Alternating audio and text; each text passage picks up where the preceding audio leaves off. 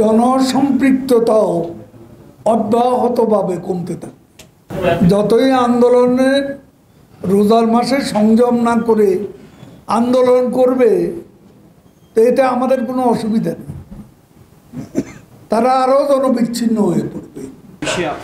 মানে এগুলো হচ্ছে ওবায়দুল কাদের সাহেব নিজের ইতিহাসও ভুলে যান। তারা আওয়ামী লীগ রমজান মাসে কি কি করেছিল সেগুলো আমরা যারা রাজনৈতিক কর্মী আমাদের অত্যন্ত ভালো করে স্মরণে আছে। সেই সব বিষয়ে আমরা না তুলি।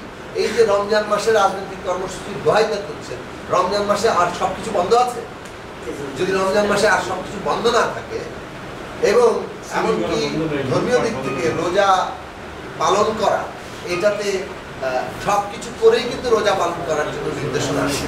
রোজা পালন করা এই বিষয়টা এমন নয় যে আপনি মানে সিয়াম সাধনা করবেন কিন্তু আপনি সবকিছু বন্ধ করে দিন, বরং কাজ করে আপনার প্রাত্যহিক যে সমস্ত কর্তব্য আছে সেগুলো সম্পন্ন করেই কিন্তু আপনি রোজাটা করছেন। এটাই কিন্তু ইবাদত। সেই হিসাবে আপনার যখন প্রাত্যহিক জীবনের সকল কিছুই মানে আপনার করতে হচ্ছে, আপনার সংগ্রামটা এখন প্রাত্যহিক জীবনের অংশে পরিণত হচ্ছে অথবা অগ্রাধিকারে পরিণত হচ্ছে। বেঁচে থাকা যাচ্ছে না ভাই, যে কারণে আমরা কর্মসূচি চালাতে বাধ্য হচ্ছি এবং আমরা বলছি যে রোজার মধ্যে আমরা কর্মসূচিকে সীমিত করেছি। রোজার মাস তো একটা সংযমের মাস, কিন্তু বাস্তবে সরকার পুরো জিনিসটাকে একটা চূড়ান্ত স্বেচ্ছাচারিতা চালানোর লাইসেন্স তারা দিয়ে দিয়েছে। ব্যবসায়ী সিন্ডিকেট থেকে শুরু করে সরকারের সঙ্গে যুক্ত সকল মুনাফা করতে, ব্যাংক চোর, ব্যাংক ডাকাত, বাজার সিন্ডিকেট থেকে শুরু করে সমস্ত ক্ষেত্রে। তাহলে আজকে আপনি জুলুমের বিরুদ্ধে, জালেমের বিরুদ্ধে আন্দোলনটা করা, এটা কিন্তু ইবাদতেরও একটা অংশ। ফলে রোজার মাসে যখন আমার বিরুদ্ধে জুলুম চলে, জালেমশাহী যখন স্বেচ্ছাচারিতা অব্যাহত রাখে, মানুষ নাগরিক হিসাবে আমার দায়িত্ব হচ্ছে এই জুলুমের বিরুদ্ধে কথা বলা, প্রতিবাদ করা। সে অর্থে এটা একটা ইবাদতের একটা অংশ।